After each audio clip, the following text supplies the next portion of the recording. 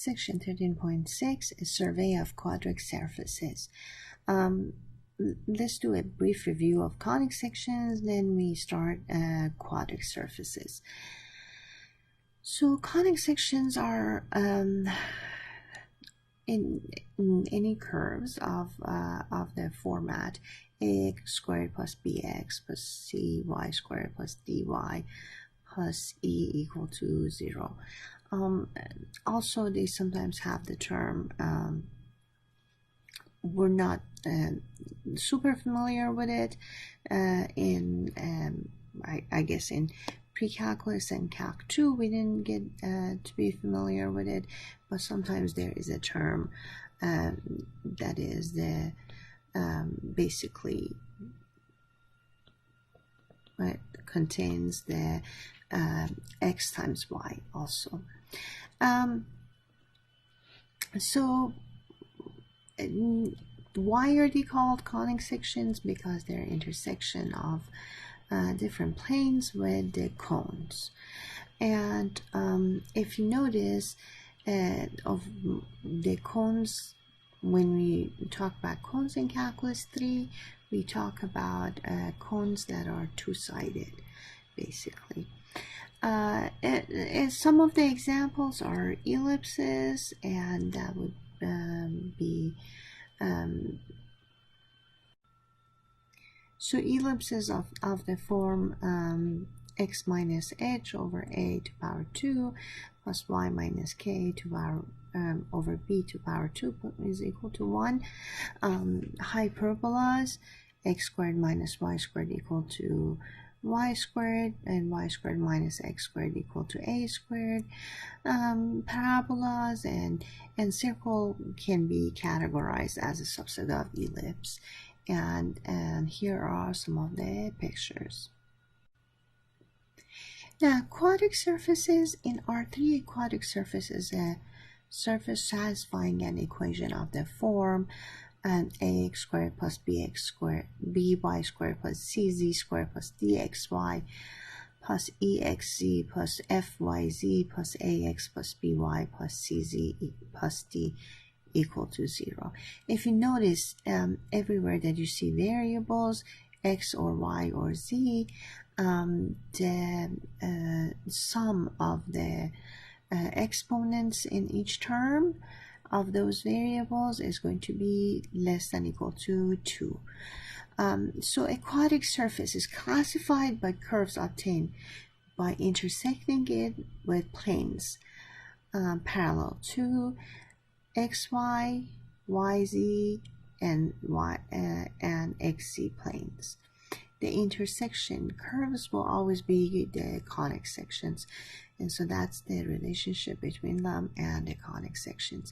So if you note, these are some of the quadric surfaces, the pictures of them, and you can see this one, all the cross section that you see, that some of them are purple, some of them are green, and some of them are blue. They're all ellipses. The second one, you see a bunch of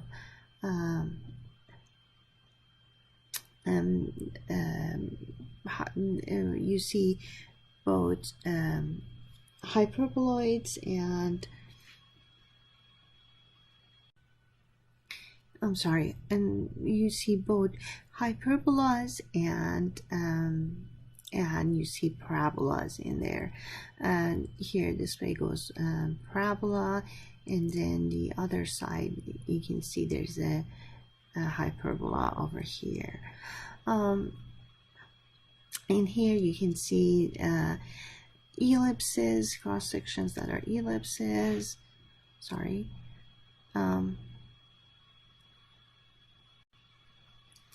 And also you see some cross sections that are hyperbolas, and same over there. So there are many kinds of quadric surfaces, more than there are conic sections. Conic cylinders, ellipsoids, including spheres, elliptic paraboloids, hyperboloid, paraboloids, hyperboloids of one sheet, hyperboloids of two sheets, and cones. What is important is knowing how to recognize a quadric surface from its equation or its cross-sectional curves, or vice versa. The names are not as important. The cross-sectional curves are all conic sections defined by degree 2 polynomials or degree 2 or less polynomials. When you say degree 2, could be less than 2. To find a cross-sectional curve, set one of the variables to a constant, and then you find a cross-sectional curve in that direction. Basically, when you set the one variable equal to constant, then you're finding cross-sectional and parallel to the plane containing the other two axes. Conic cylinders, surfaces with an equation containing only two of the three variables are cylinders. Cylinders can slide along the x-axis, along the axis of the missing variable. Basically, let's look at this elliptic cylinder with equation x squared over 9 plus y squared equal to 1. This looks like an equation of a conic section. And if I set z equal to a constant, I actually get an equation of a conic section.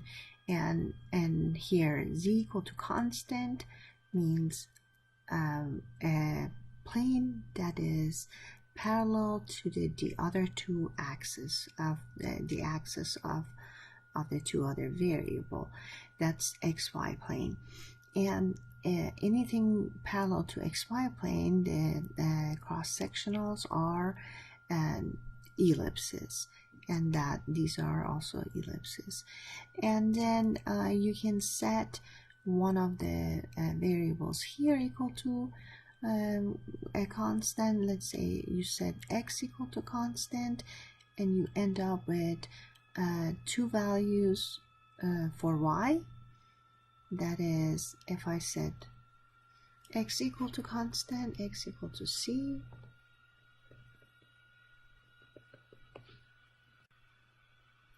then y squared is equal to 1 minus c squared divided by 9, and this gives you two values, y equal to plus minus square root of 1 minus c squared divided by 9. And so this means that two lines on the plane x equal to c. That's the x equal to c is a plane that is parallel to y and z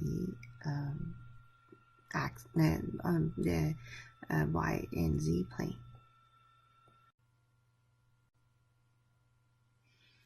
So again, for the quadric surface, x squared divided by 9 plus y squared equal to 1. If I set z equal to constant, then cross sections on the plane z equal to constant, which are the plane that are, and this is parallel to xy plane.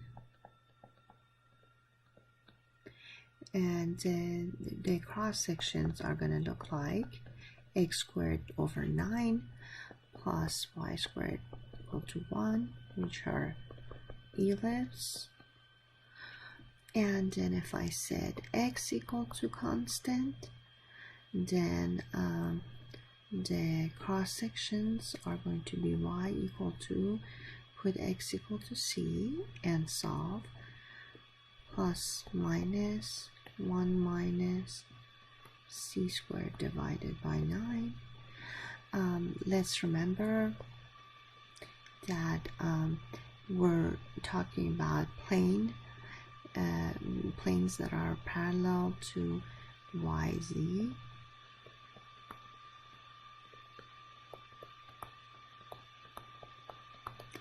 And then these are basically two lines in those planes. And then if you set y equal to a constant, you end up with x squared equal to 9 times 1 minus y squared, square root of that, and plus minus this if you solve for x. And so this again is these are two lines, basically two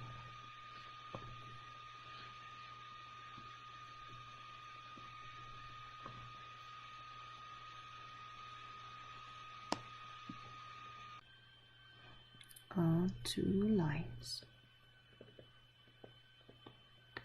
Two lines again. And so that in putting all these together, you realize that and there, however you're doing the cross sections on parallel to YZ or parallel to XZ, you get two lines, and then when you're doing the horizontal cross sections, you're getting ellipses. And if you put those ellipses together, they're literally the same ellipses, and they're going up on the z-axis. Sometimes I say just putting all those ellipses together and going up, and then you realize, oh, this is a cylinder. Okay, the next, so we discussed the elliptic cylinder over here. Now the next thing we want to discuss is the hyperbolic cylinder. So in case of hyperbolic cylinder, if I set z equal to c, because z is not part of this equation, it's the free variable, as it was with the elliptic cylinder, you end up with the equation in the plane, and this is going to be a hyperbola. So any horizontal, because again z equal to c are the horizontal planes. Any horizontal plane is going to end up intersecting the surface in the same type of hyperbolas. Again, I can tell that first of all there was a free variable, and then basically the cylinder is built up on that free variable. It looks like it's basically the cylinders lie on that axis z equal to c. And now if I look at to make sure that I know all about the other intersection, if I set x equal to c here, then I will get c squared divided by 9 plus y squared equal to 1, and solving gives me plus minus square root of 1 minus c squared divided by 9. Again, there are two lines basically, and same thing happens with x equal to c. Just plug in and solve for x, and you get two lines. In this was again hyperbolic cylinder, and we looked at all the cross sections. We have to kind of become comfortable. But again, if you see one variable is missing, it's very much likely that it's a cylinder lying in that the axis of that variable. So the last one of cylinders that we want to discuss is this one, y equal to x squared. So I understand that the variable missing is z. The cross sections on for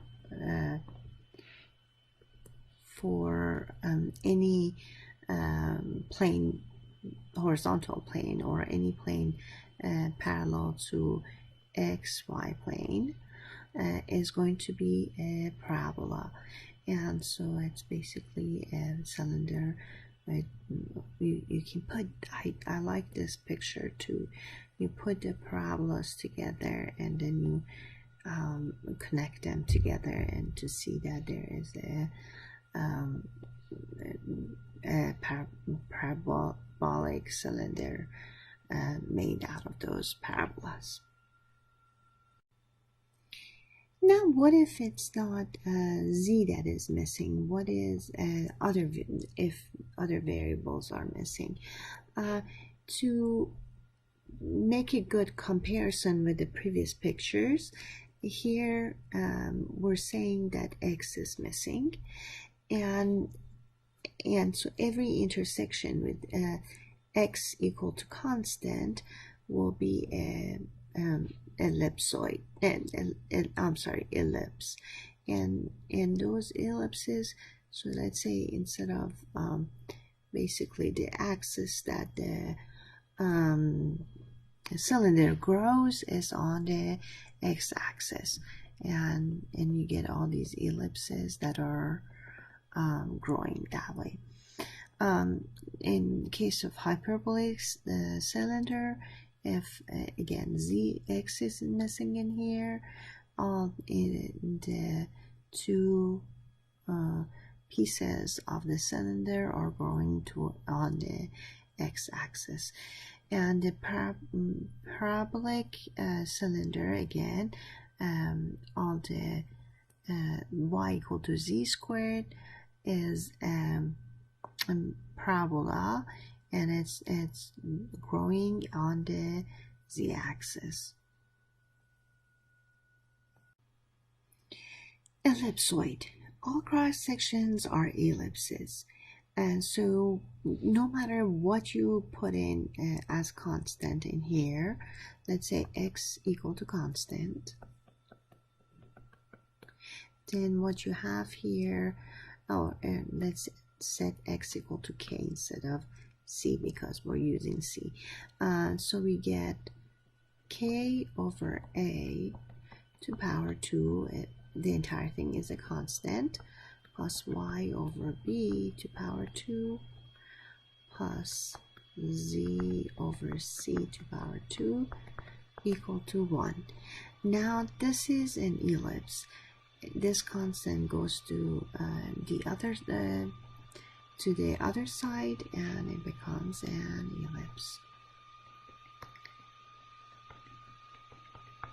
One thing that you need to notice, as in why this is an ellipse, is because we're intersecting the ellipsoid with x equal to k, and k has to be less than a, because basically the intersection down here is going to be a, and over there it's going to be negative a. So that it's only meaningful if k is less than a, and that makes this part a positive number.